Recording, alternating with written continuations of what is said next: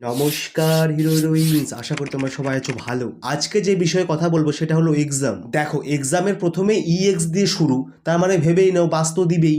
বলেন কি? আমার ছোট্ট মনে একটা প্রশ্ন আছে, এরা কারা যারা পুরো বই শেষ করে রিভিশন করতেছে? আমার বই থেকে তো এখন নতুন বইয়ের গন্ধই যায়নি। আমার জীবনে ওই একটাই দুঃখ, আজ পর্যন্ত রিভিশন পর্যন্ত যেতে পারলাম না। কষ্ট হলো না?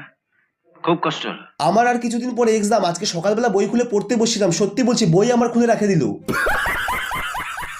ভগবান তো শোনে না, তাই চায়নাদেরকে অনুরোধ করছি, কুকুর বিড়াল যা পারো খাও, কিন্তু একটা ভাইরাস আবিষ্কার করো যাতে এক্সাম না হয়।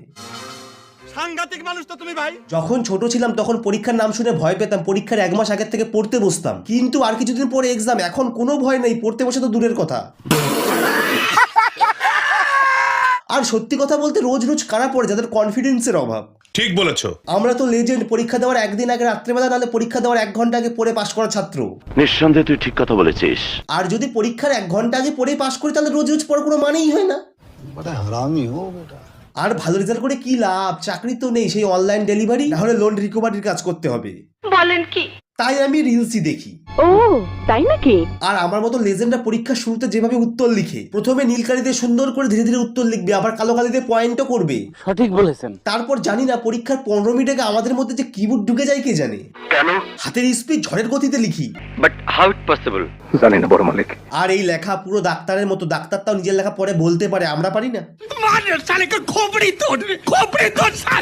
পরীক্ষার হলে স্যার বা ম্যাম যখন পাশে এসে দাঁড়ায় তখন আমার কলমই চলে না, লিখতেই পারি না। আর এই সমস্যাটা শুধু কি আমার না তোমাদের হয়? একটু কমেন্ট করে জানাও তো। আর ভিডিওটা যদি ভালো লেগে থাকে ভিডিওটাকে অবশ্যই লাইক করো, আর এই ভিডিওটা সব লেজেন্ড বন্ধুদেরকে শেয়ার করো, আর চ্যানেলটাকে অবশ্যই সাবস্ক্রাইব করো। দেখা হচ্ছে পরের ভিডিওতে।